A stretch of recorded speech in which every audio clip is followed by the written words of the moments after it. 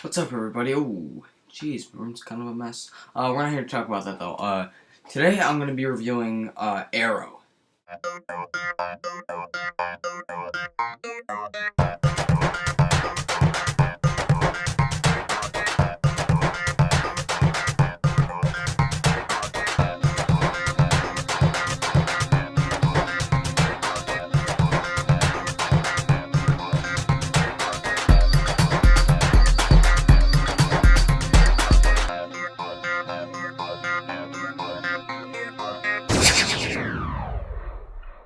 So as you all know, I've made my Arrow fan film and released it at this point in time.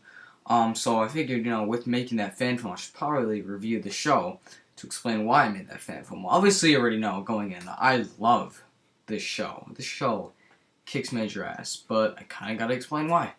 So that's what I'm here to do. What Arrow's sixth season as a television show about superheroes is the action sequences, the plotting, and the interesting characters. The action sequences are actually very cinematic. This is like Game of Thrones and everything. The action sequences are excellent. They are well choreographed, most of them at least. Some of them are, you'll know which ones they are when you see them. But for the most part, they got very good fight choreography, really good camera work, wide shots, wide takes, long takes, not too many quick cuts, only quick cuts when it's necessary. And so it all together just works out really well. We've got some great action sequences from this show. Some of the best superhero fights in anything. These fight scenes are really, really good. And there's a lot of heroes and villains on here that have their own cool moves and everything. You get to see those. This show does justice to its comic book characters. For example, Deadshot. Alright, so you guys know Deadshot. He's the leader of the Suicide Squad, Batman villain, sniper. You know who he is, wrist guns. He's in the third episode, and a lot of people complain there's a lot of Batman villains on this show, but I like how they got Deadshot in here, because Batman probably was not going to use him for a while anyway. So, yeah, he's really cool. I really like this character. They flesh him out over time, too. He's not just like one of those villains that dies right away. Yeah, he's got really cool moves with the wrist guns, he's a sniper and everything, his costume is cool. The costume design's excellent in this show. I like the Arrow costume. I'm probably going to be wearing it to the Minneapolis Comic-Con in May 2015.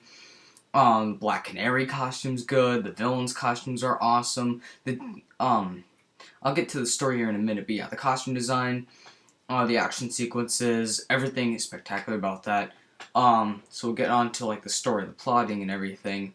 This is a very excellent story because there's two stories going on at the same time. It's like reverse Lost, as Jeremy Jahns had said, because part of it takes place in the present day when Oliver returns from the island, and the island, he's on there for 5 years. He was shipwrecked there. Here's the basic story. So Oliver Queen, he's like this rich asshole. He's on a boat in the middle of the South China Sea when the boat gets sunk, and him and his dad get shipwrecked. But his dad and him run low on supplies when they're on, like, the raft. And so his dad tells him that, he was kind of a dick. He did some shady things in the city. And he says, I need you to right my wrongs. He gets a list of people that have also wronged the city. And so Oliver has to survive on this island that he gets wrecked on for 5 years. And on that island for 5 years, it's not like Castaway at all.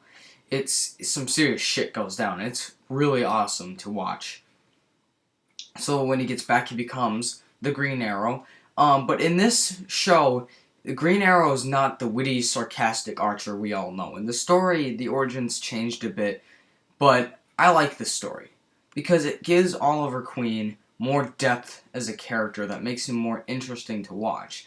Now, of course, I'm going to go on the comic side and say, he's a little bit more like Batman here, and he should be more like his character, but at least they did something interesting. I will give them that. They did something awesome. Stephen Amell, the main actor who plays Arrow, some parts his acting is a little weak at first, but like I'm watching season 3 right now, and he's great. Stephen Amell is a great actor, and he's also a really good person in real life. So I definitely give him credit for that. He is just a great person, and over time his acting gets really good, and he nails some parts, and he's excellent in his action sequences, as I had mentioned before. But yeah, the story's really cool. The first season, he actually kills people. That's what makes him really interesting at first. And he's just like, he takes out people by saying, "You have failed this city," and then he shoots them, and kills them. And like, holy shit! But he has restraint. You know, he's a hero. You know, you gotta root for him, so he has restraint. One thing I'll get to this. Well, I guess I'm talking about story and everything and plotting, so let's get on. I'm not a big fan of the love triangle here. I'll just say that. The season 2 story's even better. The season 2 story is awesome. Between season 1 and season 2, I like season 2 more. Season 2, has just got more character development, more focus on the action, instead of a cheesy love triangle, and overall, I just enjoy it more. So Oliver Queen, you know, he has a lot of depth, different from the comics, but I already mentioned him. He's got a family here. His mom is pretty interesting. She's shady at first, in the first season, but in season 2, you get to like her a little more. She's more likable in season 2. Best thing I can say about these characters is that they seem like real people. That's what I love about the Marvel Studios movies. All the characters seem like real people. These not characters, people. I love that. These people are real to me. John Diggle and Felicity Smoke are like his sidekicks, and John Diggle, played by David Ramsey, he's great. He's a retired military soldier, and I really like his character. He's got a lot of depth, like I said. And Felicity Smoke, she is played by Emily Bett Rickards, and she has she's not really a lot of depth, but she provides the comic relief for the show. She has pretty much all the funny moments. She's funny, she's cute, she's smart, she's intelligent, she's like almost everything you want in a woman. And I gotta mention, there's not one single ugly chick that is under 30. Yeah, any girl under 30 is guaranteed to be hot. Laurel, the main love interest of season 1, is hot. Felicity, hot. His sister, hot. The Huntress, hot. Shit! Shadow, yeah, Shadow. Didn't forget her. The villains are fucking awesome. Alright, I'm sorry for the F words. I know you guys don't like me swearing, but these villains they just rock. Season 1 is John Barrowman. You probably know him as Captain Jack Harkness on Doctor Who and then Torchwood. Well, that's John Barrowman. He's completely different here. He shows his range as an actor, and he nails it here as Malcolm Merlyn, who is like the main villain. He's excellent. And Colin Donald plays his son, Tommy Merlyn, who's Oliver's best friend. And at first, you kind of find him annoying, at least in my opinion. But over time, I gained to like him as a person, because he became likable, and he showed that he's a compassionate and caring person, and he has depth as a character. All the characters are interesting, including Slade freaking Wilson, played by Manu Bennett. Slade's awesome. Like, in season 1, he's probably my favorite character. He just kicks major ass. Also, we have some strong female leads here. Yeah, we have some really interesting set of characters here, along with some great action. That is what makes the show rewatchable, because in season 1, and even sometimes, like once or twice in season 2, it becomes a little bit episodic. But thanks to the interesting characters, including one more I haven't mentioned, but I'll get to it because it's kind of important, it keeps you hooked. Plus these damn cliffhangers. Sucks.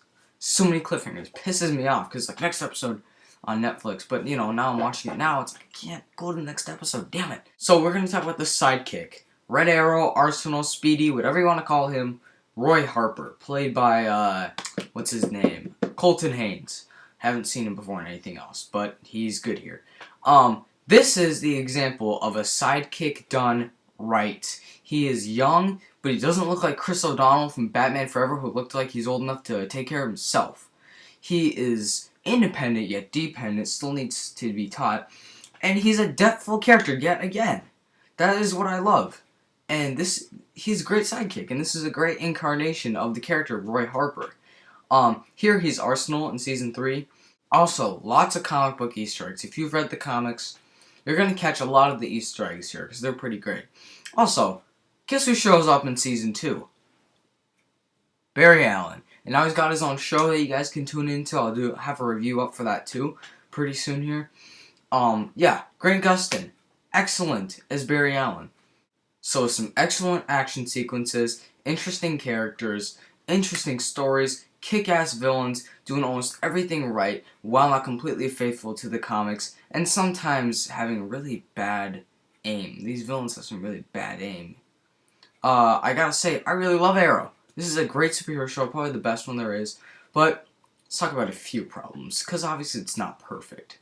Season 1 and a little bit of Season 2 are kind of a bit episodic, maybe a little bit too much like Batman at times, and there's this one villain called the Count, and I just could not get into him. The Vertigo episodes got a little bit annoying. Same with the Huntress. Some of her episodes got kind of annoying. I just couldn't get into them after a couple times. But other than that, Arrow's a great show. I love this show. I am so hooked, and I was so excited for The Flash, and I'll let you know what my thoughts are on that pretty soon here. So go check out Arrow if you haven't. The first 2 seasons are on Netflix, and you can check it out on the CW if you want to tune in late, which I don't think you should. But until next time, thank you for watching. So long. I need a catchphrase.